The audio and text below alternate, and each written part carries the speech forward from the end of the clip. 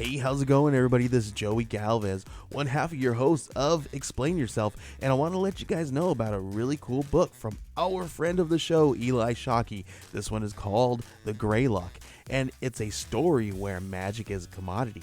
Potions are sold at corner stores.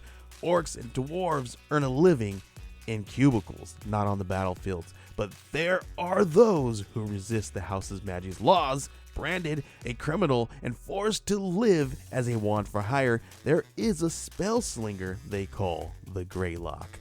Check this one out. You guys can pre-order issue 3 right now with code JAN241939, and make sure you guys are heading over to your favorite LCS and letting them know that you want Greylock number 3, and maybe pick up the first 2 issues.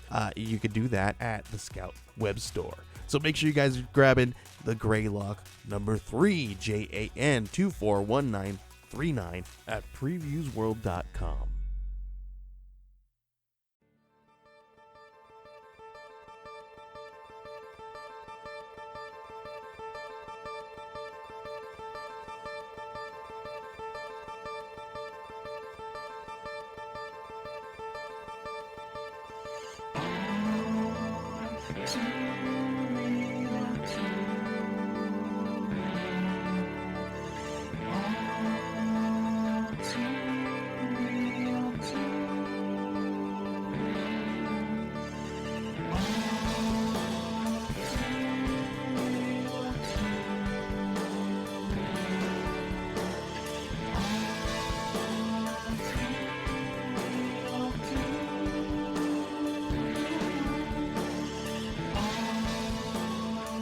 Okay, everybody, welcome to the latest episode of All Too Real 2. My name is Michael E. Cullen II, and with me, as always, is...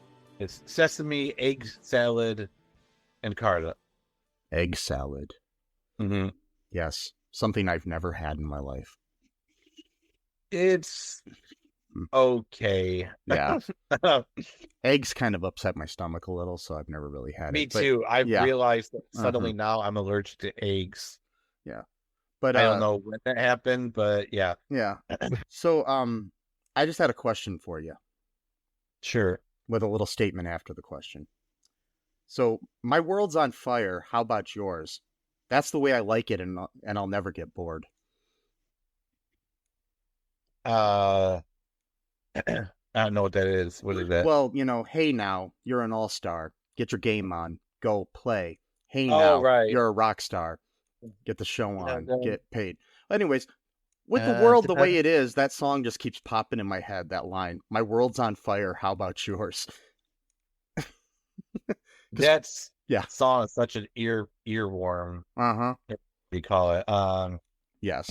It's one of those songs that you just can't miss. I mean, you just recognize it. It's not to sound racist in any way whatsoever, but it's the song you put on because I'm a DJ.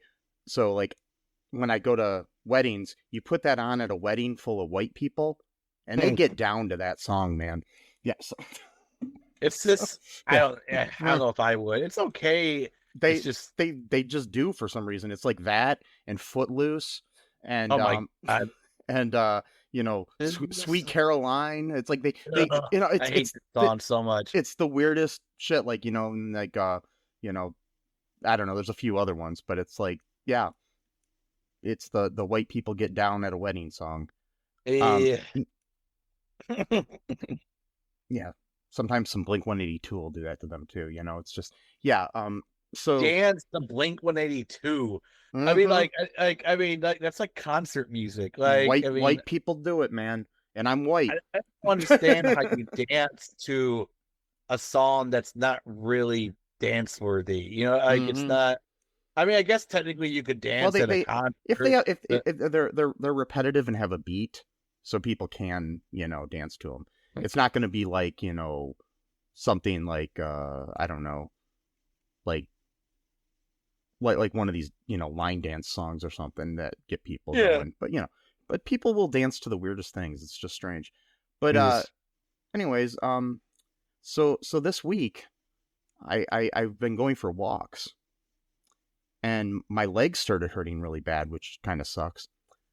And it was hurting so bad when I was walking down this one road, this like alley sort of thing.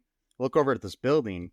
There's an awning above it, and out of the corner of my eye, I thought it said adult abortion.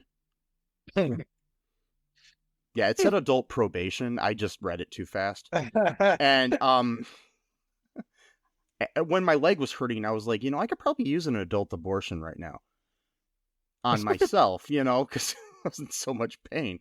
But yeah, pretty sure that's just, murder or suicide. I'm not really sure what an adult abortion would be, but that's what I saw. Yeah. Yeah. So that's how my week's been going. Been having a lot of medical tests and stuff done, and gonna have a lot coming up. So I'm getting old, folks. So if you'd like to, I'm gonna say this up front, share our show, subscribe to our show, but most of all, if you can, check out our Patreon or our TeePublic, and maybe throw us a few bucks. It could help us out. You have to support our financial, our whatever, I can't think of the word. Our financial stability and our our ability to continue to produce this excellent program. That we can say it's like supported by viewers like you or listeners like you, like they do on PBS and public radio and stuff. So yeah, totally. Yeah. So, anyways, speaking of things that were like public services to the world, this week we are covering a sitcom that came out in 1991. It was definitely a sitcom. It definitely had words on paper that people delivered and a concept. And there was a situation. Yep. It was, all those things are true. It was definitely a show. It was put on film or video. Yes. Broadcast onto television networks. Yes. It was on the Fox network, actually. Yeah. That's right, because they had a commercial about Married with Children at one point. Or announcement. So, yes, the show that we're covering is the short-loved too, I guess, show Charlie Hoover. Like I said, came out in 1991. The episode we're covering is called Happy Birthday to Hugh. It was broadcast on November 9th, 1991. And the last episode, guess when that was aired? Well, it had 7 episodes, so I'm thinking like December or something. Yeah, December 29th. Okay. So yeah, the show was on just over a month. So yeah. And so show was created by Ian Gervitz. And it starred Tim Matheson as our titular character, Charlie Hoover, along with his crazy alter ego, which was like a 3-inch person named Hugh. Get it? It's like you, but it's Hugh. Oh, okay. Yeah. Played by Sam Kinison, the late great comic. Maybe great. I don't know. It depends on how you feel about him. He was okay. Not a huge. Yeah, I'm not a huge fan of his, but I mean, he did have some impact in the history of comedy, so I can't deny that. I'm just not into like the screaming. I know. Yeah, equals humor just because you could scream. I'm not really into that. But I'm also not into the fact that he kind of perpetuated Mark Maron's drug habit back in the 80s. Oh, but, really? Yeah. So. Wow, I did not know that. Yeah, when Mark Maron was a doorman at the Comedy Store, and he was living in a building near the Comedy Store that was owned by Mitzi Shore, who owned the Comedy Store. Maron was living in there, but that was also his job was to set it up for the crazy parties that Sam Kinison would have there Oh wow. In the place, and like, you know, one time Kinnison, I believe, shit on Mark's bed. Oh. Yeah, stuff like that. So yeah. Go back and listen to the early episodes of WTF or anything like that, and Okay. I'm sure you'll you know, anybody that's listening, you know, you'll get some good stories about that. But also we have in this episode Kevin McCarthy, not the Speaker of the House. No, not that. No, but the actor Kevin McCarthy. Yeah, that would be a weird show. I know. Kevin McCarthy, the Speaker of the House, yes, with Sam Kinison as his alter ego. Yeah, that would actually be an interesting. Tim Matheson was the Charlie Hoover. Kevin McCarthy was Mr. Culberson, his boss. So okay, yeah. Oh, the guy looked familiar. The dude who played Charlie, isn't he the guy that was in Evil? Like the Satanist? Oh yeah, he's in Evil. Tim Matheson. He's been in a million things. Okay. Yeah, he was in one of my favorite performances of his was where he played the supposed ex-husband of Carol Brady in a Very Brady sequel. That's right. And yeah. My favorite line is he's like, "I'm tripping with the Bradys." So, yeah, I remember that. Yeah. So yeah, he's been in a lot of things. He's been, you know, he was in like I believe The Last Picture Show, West Wing, National Lampoon's Animal House, you know, a lot of classics. So yeah. Anyways, that's our major cast. We do have like the family played. His son is played by Michael Manasseri, who people might know from the Weird Science TV show. You had Lucy Webb as Helen Hoover, his wife, and Leslie Kendall Dye as Emily Hoover, his daughter. And then his assistant Doris is played by Julie Hayden. So yeah, that's our main cast, really. So yeah, I didn't see, like, in future episodes we have a former guest of our podcast, Stuart Pankin. We didn't, you know, get to these episodes, obviously. Oh, okay. He's in an episode. We also have Bill Maher in 4 episodes for some reason. A young Bill Maher, you know. Oh, Sandy Hellberg, who is from Toledo, in some episodes. In one episode, yeah. Interesting group of guest stars there. So yeah. So anyways, initial thoughts on this thing we watched. I really did not like it. I was kind of bored. Yeah. I had to basically meditate while watching it just to let the time go by a little bit quicker. Yeah. But yeah, I wasn't. I got to the point halfway through watching it where I was playing a game on my phone. So yeah, it just I don't know. It was boring. It wasn't. Oh god, yawning just from talking about it. Yeah, there wasn't a lot going on. You know, it was just, you know, whatever. Yeah, it was a typical Fox early '90s sitcom. I'm sure. Yeah, I'm sure. But, you know, you mentioned Married with Children. Prior to this, Sam Kinison had played, I believe, like an angel, sort of on a like It's a Wonderful Life sort of episode of Married with Children. And I bet you anything that's what gave them the idea to make this show. Yeah, I mean, it would have to be. That's wild. Yeah, and yeah, like the creator of the show, Ian Gervitz, he wrote on shows like, let's see here. Well, he was like an executive producer on Becker and the Tony Danza Show and Wings. Some decent sitcoms there. Yeah, Becker is awesome. Becker. I like y'all. I love Becker. Yeah, he surprisingly did not write on Married with Children at all, but he wrote for Wonder Years, Get a Life with Chris Elliott, which is a good show.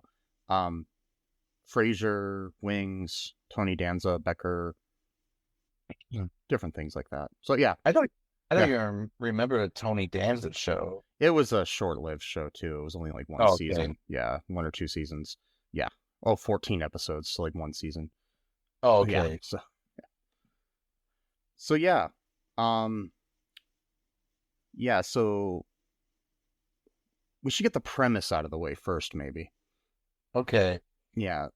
So the basic premise of this is Tim Matheson as Charlie Hoover is like this middle management guy at a job that I don't know what the fuck he does because they never really. He works at an office. Yeah, he's got his own office. Yeah. I guess he probably works in the higher echelons of it, I guess, or something like that. Yeah, and he's wanted a promotion for a while.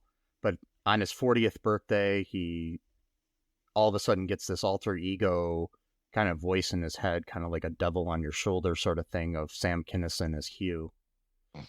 Basically telling him that, he needs to basically not be such a pussy in the world, no offense. Yeah. Well, yeah, I mean, it's pretty much what he would say if they allowed. Yeah, it was the cleaned up version of that for Sam Kinison. Yeah. Yeah. The whole thing too, like an alter ego to me is like different than like a seeing a miniature. Like to me, an alter ego is like it's just like a different part of your personality. It's not like they not like you're hearing a voice telling you to do something. It's just like different part of you, like. But whatever, that's nitpicking, I guess. But yeah, I mean, this was right around the same time that Fox had the show Herman's Head, too. Oh. So that, which I really liked, but that's like this concept kind of done in a better way. Or in the future, like the WB had was like Unhappily Ever After or something, with Bobcat Goldthwait playing the voice of like this bunny rabbit that was like the main guy's like conscience or whatever. Wow. Yeah, so it was kind of the same concept, except for it was a puppet bunny rabbit. Wow. Yeah, it was like a middle-aged guy who just, yeah, Nikki Cox and some other people were in that show. It was a decent show, but it was created by some of the same people that created Married with Children. Weird concept for a show, don't get me wrong, but yeah, totally. Yeah. Oh man. But it was kind of like basically that show was basically like Married with Children with a bunny puppet added in there, and you switched the personalities of the kids. The boy was the dumb one and the girl was the smart one. So okay. Yeah. So all right, guess we can go into the plot here. Sure. What little there is of it. This is going to be a short episode, folks. I know that from the outset, hopefully. There's really not a lot going on here. So yeah, basically what happens here.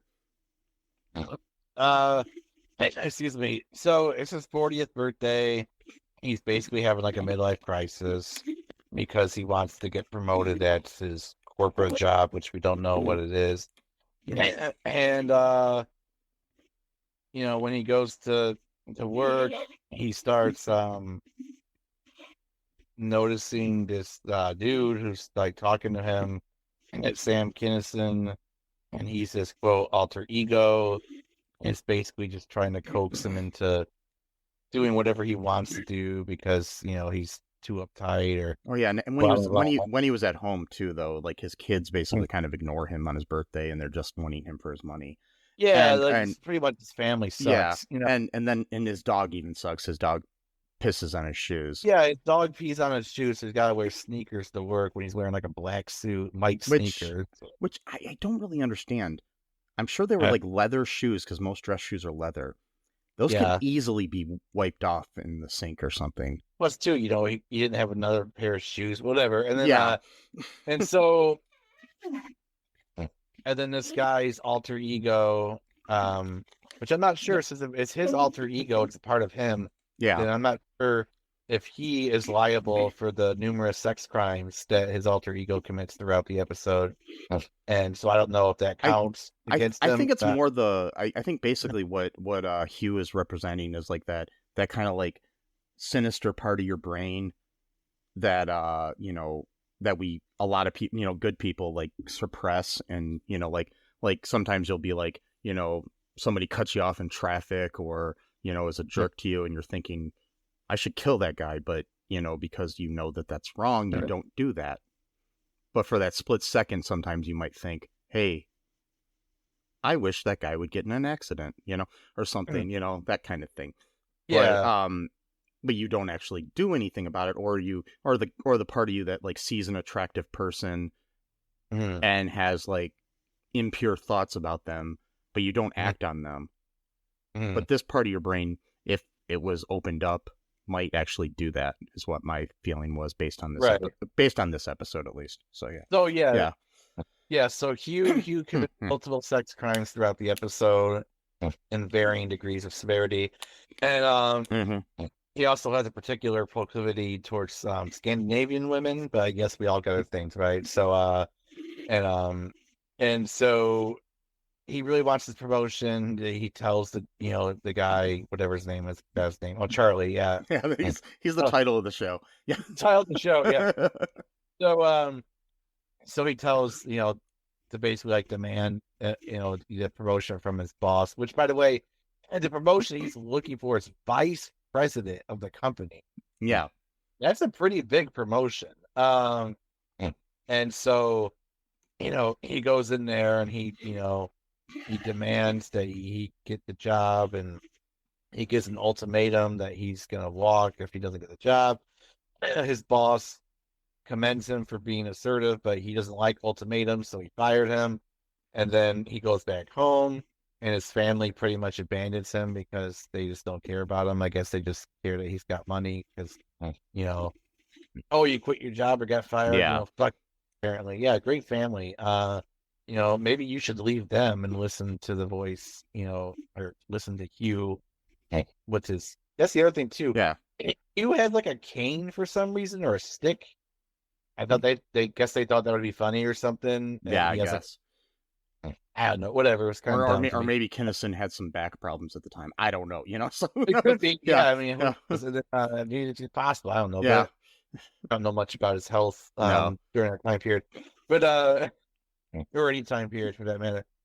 And then he gets fired, and then he goes back to work, and then trying to beg for his job back, even though Hugh told him not to do so. They had this weird beat about egg salad sandwiches that lasted way too long, probably to fill time, I guess. And then also Charlie, Hugh asked Charlie like his like big wish that he wants in life, and he's expecting some kind of like criminal type thing, and he just says he wants a boat. Yeah, he wants to buy a boat, and then that's it. Yeah, he just wants to buy a boat. Like he doesn't even want to sail. He just said he wants a boat. I'm like, okay, I guess. That's the whole weird thing too about people who had this like fantasy of buying a boat and like sailing through the world. It's like, what are you talking about, dude? Like, do you know like how many accidents when you like literally sail the ocean? Yeah, I mean, how difficult how difficult that would be. Like, I mean, I guess people do it, but it's like, yeah. But it's super dangerous because you literally just have water, and then like how, like where you're gonna sail to? Yeah, I guess like around the coast. I guess that would be, a little bit more safe because you're still close to land. I guess. But somewhat. I mean, I hate the water, but I guess the easier way would be like a cruise ship. But then again, we all know how the Titanic ended. So yeah, no, totally. Or I mean, cruise ships are also, you get viruses spread real fast and stuff. There's so many people on board, in a close, quarters or whatever. And all those people that died during the pandemic on the boats and stuff. Oh God. Yeah, they were stuck on the boats and weren't allowed to leave. Yeah. I know, it's terrible. Like just infecting each other essentially. God, that was horrible. But yeah, I feel so bad for them. But, I know. But like, yeah, if you're like sailing across the ocean, like let's say, you're from, you're sailing from, the Pacific, and you're gonna be sailing all the way to like Japan or like Hawaii. That's a lot of ocean to get through. Or like the Atlantic all the way to like Spain or the UK or Africa. Like you're gonna die at halfway point, if not sooner. Like, you know, like Yeah, I mean, you're not going to be able to get there in like the kind of boat that I'm picturing Charlie buying. So yeah, no, he wants like a sailboat basically. yeah, I guess. or And a yacht or something. There's still, it's not going to get you to. Yeah, and you could tell this is an early '90s show based on the fact that like a 40-year-old man was able to have a job that he did and then also feel inadequate at said job because he does not vice president. yeah, Whereas now, like 70 and 80-year-olds are like being like greeters at Walmarts. And it's just like, Yeah. yeah, a lot changed in 32 years where like he feels inadequate at 40 because he's not vice president of a corporation. I'm thinking the modern like HBO or Netflix version of this show would be about a guy working at a Walmart as a greeter. Yeah. And Yeah. and basically Hugh comes up and basically tells him to burn down the Walmart. Yes. Yeah, exactly. That's where it would go. It would. No, you're right. Because it'd basically be like, he wouldn't be wanting to be like, because the thing is honestly, if you want to move up in Walmart, don't. There's no benefit, in my opinion, to actually becoming management. Up. Yeah, it's like, no. It's or any retail. Yeah. You pretty much have to step over or on other people to get there. Yeah. And you have to learn you have to learn how to be an asshole right away, because I've seen it happen when I work in retail, like where, you know, people that were the nicest people in the world when they were just my coworker all of a sudden become management and they're assholes. So it's like, yeah. It's totally. Mm-hmm. Yeah, so this guy, you know, he basically, the guy rehires him, and then he thinks like, okay, now I got my job back, but then he was like, no, it's not good enough. You need to. And at one point, Hugh commits another sex crime because he'd already committed various ones of varying severity, where he's got binoculars and he's like looking down against the Scandinavian women that he's got a special fetish for, I guess. See, and that's the other thing. In 90s sitcoms, there was always somebody attractive getting naked in another building, unless it's Friends, where you had the fat naked guy or whatever. Yeah. Yeah. So yeah. Yeah, it was always, and then at one point, he's looking up the skirt of Charlie's assistant. Yeah. Assistant, who apparently she's got like a crush on or a thing for, I guess, and that was the whole thing with that. Yeah, I'm sure that would go somewhere in the other episodes that I'm not going to watch. Yeah, because at one point, you're like, yeah, I'm not going to watch them either. No, I'm not going to watch 6 extra episodes. Yeah, but if anybody listening to this and they watched the first one, the link that I'm going to share with people, if they contact me to get a link to it, and the place you can watch this is on YouTube. Somebody uploaded one video that has all 7 episodes. The entire series of one video. Mm-hmm. Yes. Mm-hmm. It's not even time stamped, so you can't even. You know what? I might actually do that. No, I'm not going to do that. No. So much time. Yeah. But like I'm not going to waste my time doing that. No, because I mean, so you basically, you can't like skip to episode 3 or something. Like if you were choosing to watch this in several sittings, I mean, I guess, you know, usually you can start where you left off on videos on YouTube, but but sometimes that'll screw up, and then you just have to fast forward to the video, and you know, I might do a timestamp. I'm being stupid, but like, you know, to like make fun of the show as I'm doing it, make a comment. Yeah, but yeah. So he gets the promotion because he goes back again for the second time to yell at his boss, demanding to be promoted. And this time he actually relents, and then he comes back and like really dances pretty aggressively with his assistant. He's spinning her around and shit. Yeah, and at one point she's like touching his chest with her hand, you know, pretty much flirting with them. Yeah, she's like swooning and stuff. Yeah, and then he's like, "Oh, call my wife for me," and then she's like, "Oh, okay," you know.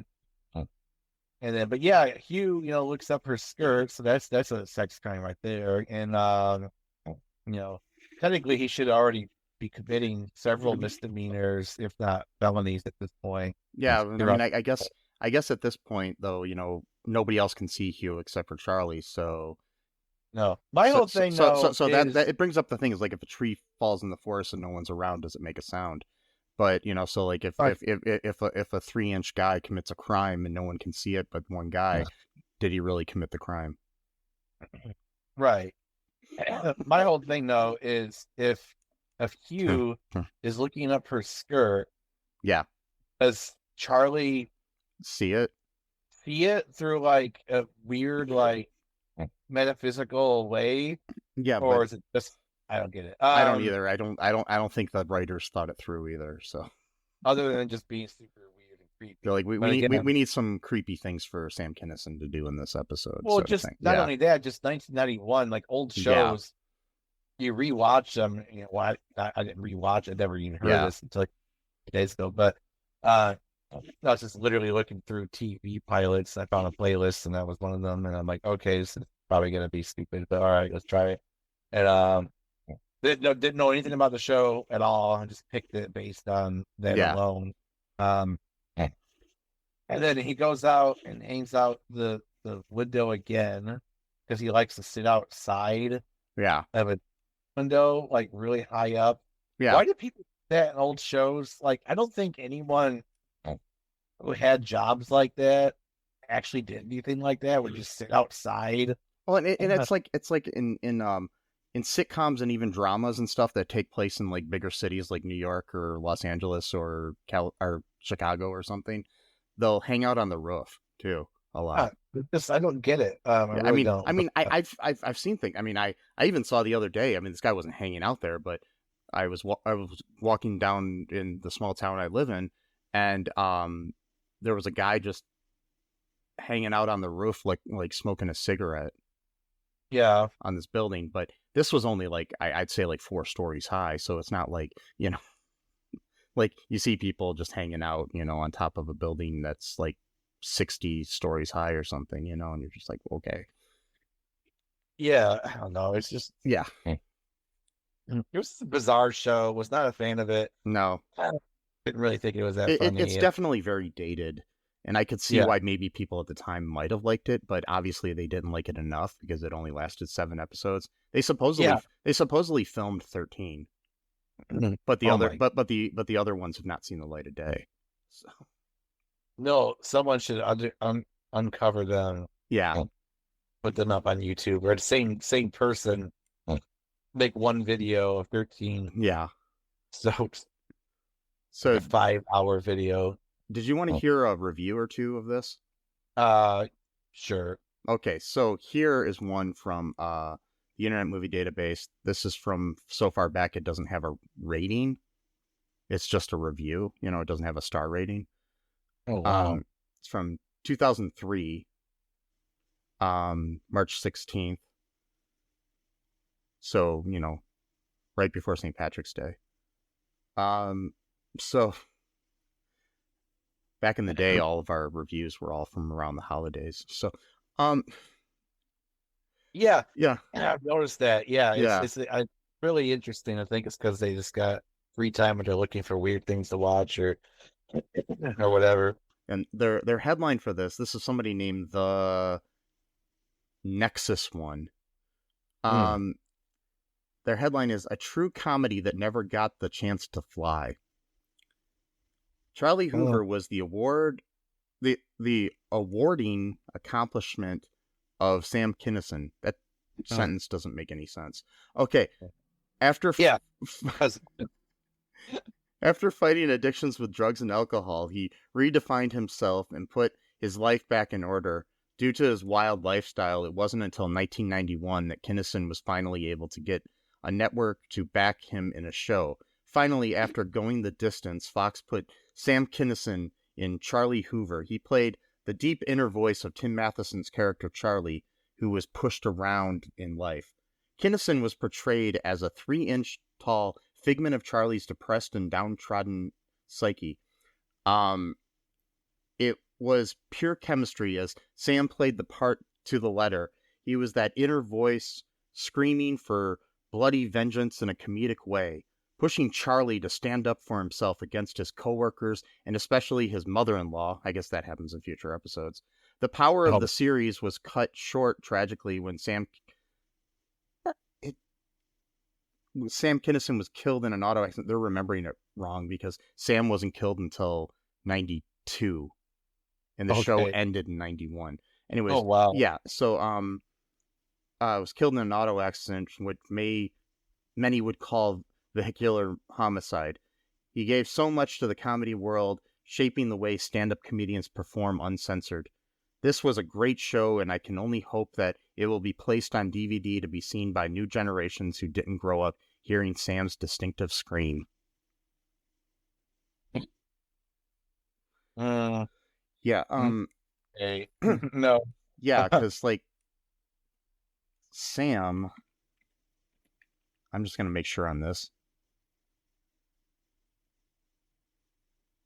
He died April 10th of 1992.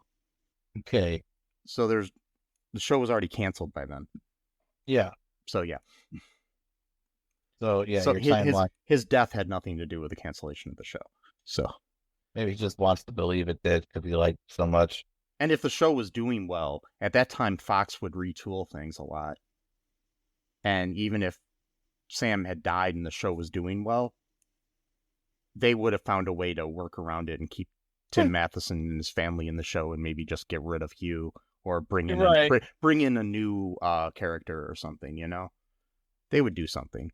Oh yeah, totally. They would, or like just drop the whole character itself and just now make it about Tim Matheson, about Charlie, and yeah.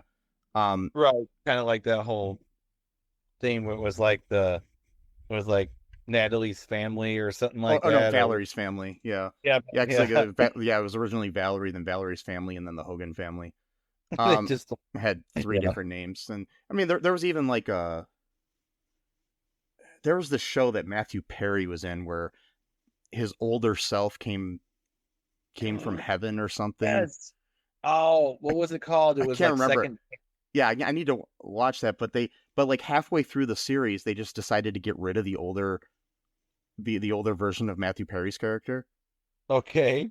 And then focus on and got rid of some other characters too, and then just make it a typical sitcom about some, like, you know, teenage boys causing mayhem, and one of them being like kind of like the snooty one or something. You know, it was kind of amazing that they could just like, and they changed the name of the show too and everything, but it was the same characters, just in a different show. That's just like messed up. They could just literally just change the story of a show. Yeah. It's, I mean, like, it's been done a lot, sadly. Yeah, it's just messed up that people just went along with it. Like, yeah, well, whatever. I mean, I guess it had to suck for the guy playing the older Matthew Perry. We'll have to find that show and maybe watch the pilot if we can find it anywhere, and then like the first episode after they get rid of the old guy. Right. So, yeah, I remember sharing a link to it once just because of the theme song. Or I was like, oh my god, Matthew Perry was like in the show and he was like really young, like super young, like probably like 20 years old or something like that, or even younger. And it was called Second Chance. Yeah, it was Second Chance. And this was on Fox as well. So this was in 1987. From September 26th till November 28th, 1987, it was called Second Chance. The series was then revamped under the new title Boys Will Be Boys, and ran in a new format from January 16th to May 14th of 1988. So, yeah. And then he was in Friends starting 1994. Yeah. I think he did another show or two in between, too, or something. But yeah, it's, just really weird that they just decide to change the whole concept of the show. Yeah, it's just like, it's super bizarre. I guess it's better than Matt LeBlanc's early career doing a Heinz ketchup commercial. He was also, sorry, we're going off on a tangent here, people. Yeah, but that's fine. He was also on a Fox show. Oh my god! That was a spin-off of Married with Children. It was called Top of the Heap. Interesting. And here's another thing. So it focused on there was like these two minor Married with Children characters that he and Joseph Bologna played. They were a father and son who had like all these like get rich schemes that they would do and stuff like that. So for 7 episodes, that's what the show was about. And then they decided to retool the show and call it Vinny and Bobby, get rid of the dad, and focus on Vinny, who was Matt LeBlanc's character, and his friend Bobby. Okay. Yeah, and basically it was set in Chicago. The series centers on Vinny, a construction worker, and his roommate Bobby, who share the same apartment, and it was kind of like a, maybe early precursor to something like Friends or sort of stuff, and it had Joey Lauren Adams and Fred Stoller and other people in it. But yeah, it was another one of those shows that they just halfway through decided to change the concept. So it's been done. It's been done several times. So. Yeah. Anyways, I don't think I'm gonna read any more reviews. Any final thoughts here on Charlie Hoover? Nope. No thoughts. Yeah. None. Well, I have the thought that it was one of the shows that we've watched for this podcast. Yes, that's accurate. Of all of the shows we've watched for this podcast, this was one of them. That's an accurate assessment. And of all of the shows we've watched for this podcast, this one had people in it. Yes. And that's about how I feel about that. Yes. Yes. You are correct. Mm-hmm. Anyways, folks, be safe out there. A lot of weird shit going on in the world right now. Every day it feels like it's one of these like science fiction movies or something going on. Mm-hmm. You never know. I mean, we can be happy that Pat Robertson died recently and is probably hanging out with Jerry Falwell in hell, and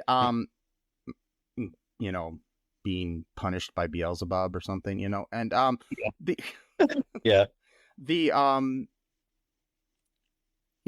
not hurting homosexuals and other people in the world anymore. Yeah. And that's a good thing. And if you don't like that, I don't care. And yeah. But folks, check out our TeePublic and our Patreon if you feel like it. If you feel like it, share the show with your friends. Go to all2real2.com and you can find all the links to where we are and all that stuff, all the links to all the different podcast platforms and to our social media platforms and our platform heels that we wear sometimes, and wait, what? So anyways, until next time, folks, just remember that I love you, Sesame loves you, and bye-bye. Thanks for listening to All Too Real 2 podcast, a Cullen Park production. Produced and edited by Michael E. Cullen II. Music by Matthew Hawes. Subscribe and share the show. Visit us at cullenpark.com.